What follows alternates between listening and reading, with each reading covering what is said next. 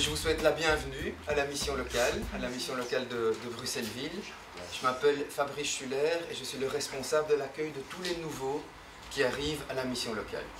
Donc j'ai travaillé donc comme dans une société de nettoyage tout au début, et puis après donc j'ai dû arrêter donc l'école pour des raisons familiales, et et par la suite j'ai directement décroché un travail dans l'ORECA. J'ai perdu mon emploi et donc ça fait 1 an que je suis à la recherche d'un emploi. Mon dernier emploi, c'était il y a déjà 6 ans, emploi fixe. Malheureusement, il y a eu une restructuration et donc on m'a demandé gentiment de partir. Une toute première chose que j'aimerais vous dire, c'est bien préciser que vous êtes ici à la mission locale. Vous êtes ici à la mission locale. Vous connaissez Actiris, vous connaissez l'ONEM, mais ça n'est pas la même chose. Donc, je vais faire disparaître Actiris et disparaître l'ONEM. Voilà, pour que vous fassiez bien la différence avec la mission locale.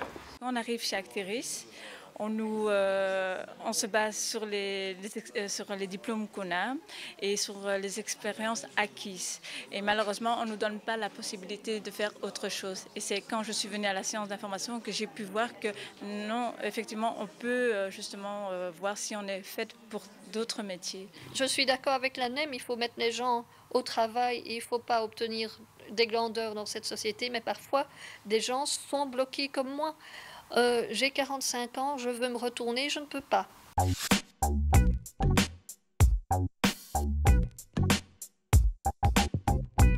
En général, on reçoit entre 25 et 45 personnes et on en inscrit beaucoup plus. Donc, il y avait 65 personnes inscrites et sur les 65 personnes inscrites, seules 29 se sont présentées. Et donc ça, malheureusement, c'est aussi dû aux caractéristiques du public qu'on connaît, mais aussi au délai d'attente, puisqu'il y a énormément de gens qui s'adressent à nous. Et ici, les personnes ont dû attendre entre 1 mois et 2 semaines avant d'être reçues en séance d'information. Si on compte qu'on a, nous, à la RAE, en moyenne 6 à 7 entretiens par jour, eh bien, à la fin de la semaine, ça nous fait une trentaine de chercheurs d'emploi, soit différents, soit qui reviennent parce qu'ils ont un rendez-vous dans le courant de la semaine. On les a vus le lundi, on les revoit le vendredi parce qu'on a une plage horaire de disponible. On leur explique ce qu'on va faire avec elles, comment on voit les choses, on leur explique les différents services qu'on leur offre. Et là, il y a tout, ça va du bilan, passant par la lettre, le CV, la technique du téléphone, la préparation de l'entretien d'embauche, le ciblage surtout, qui est important, parce que les gens ne savent pas cibler les employeurs correctement.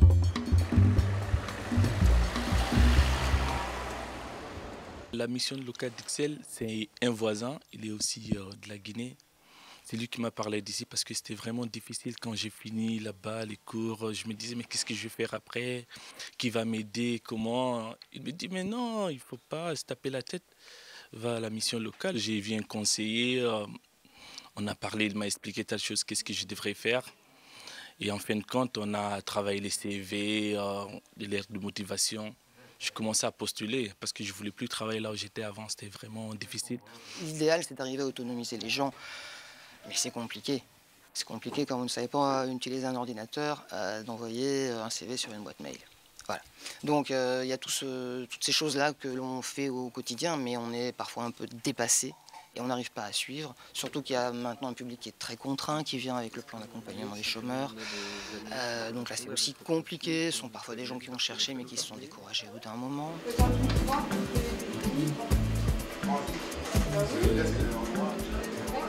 Les personnes qui viennent nous voir accumulent des difficultés et des contraintes. Et donc, ce qu'on doit gérer avec les stagiaires qu'on a ici, c'est à la fois répondre à toutes leurs contraintes par rapport à l'ONEM, par rapport à Actiris, par rapport à leur recherche d'emploi. Et en dehors de ça, ce sont des personnes qui vont facilement avoir des soucis de surendettement, de logement insalubre, de difficultés avec des propriétaires qui ne sont pas du tout respectueux de leurs droits, des difficultés aussi à avoir une crèche pour les enfants. Elle dit que comme j'ai 3 enfants, c'est difficile. Elle me dit comment tu vas faire avec les enfants, qui va chercher et tout ça. Je pense que c'est une excuse parce que les enfants qui ont envie de travailler, les enfants, c'est pas une excuse.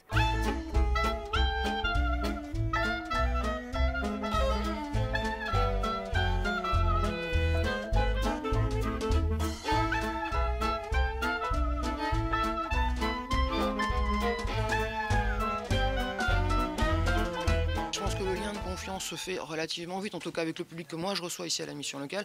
C'est généralement une ambiance qui est assez chaleureuse en table emploi. Des fois ça rigole, des fois c'est un peu café du commerce. Ça fait aussi partie de ce que j'aime, moi, c'est d'y mettre aussi un peu de convivialité. Ils m'ont donné quelque chose qu'on appelle le courage, comment chercher du travail.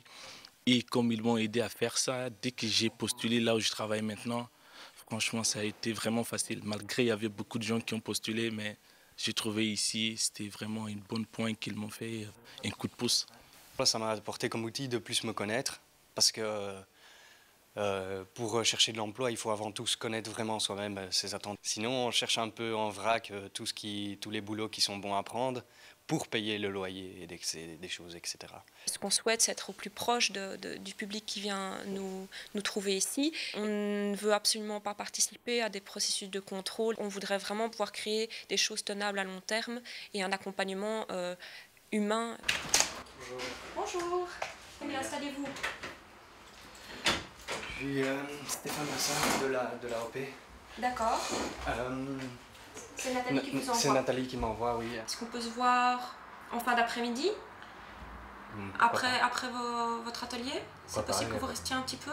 D'accord. Alors on fera ça, on en discutera à deux, on s'entraînera pour...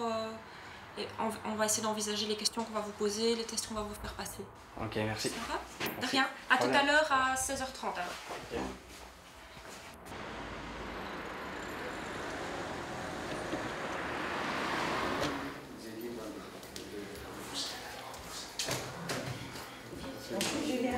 Bonjour.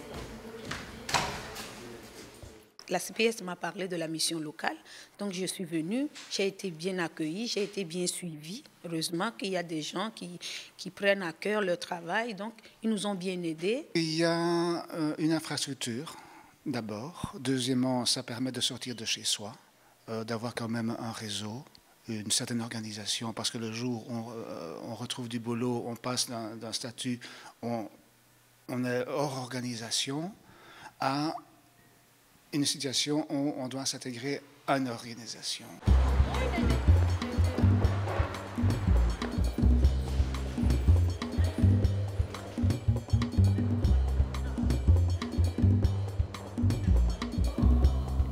On nous demande de faire tout un accompagnement avec les personnes, mais l'accompagnement, il faut qu'il soit cohérent.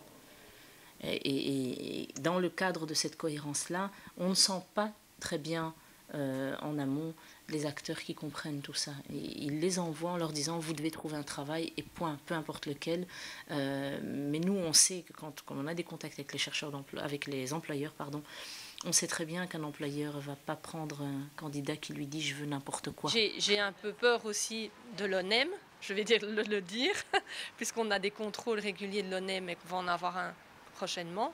Or, je fais des recherches, or, je suis active, or, je montre ma volonté de trouver du travail.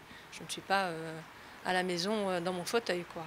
Après une certaine période de recherche, l'angoisse est telle que ça devient très difficile à surmonter et ça devient très difficile à masquer aussi face à un employeur qui vous reçoit en entretien.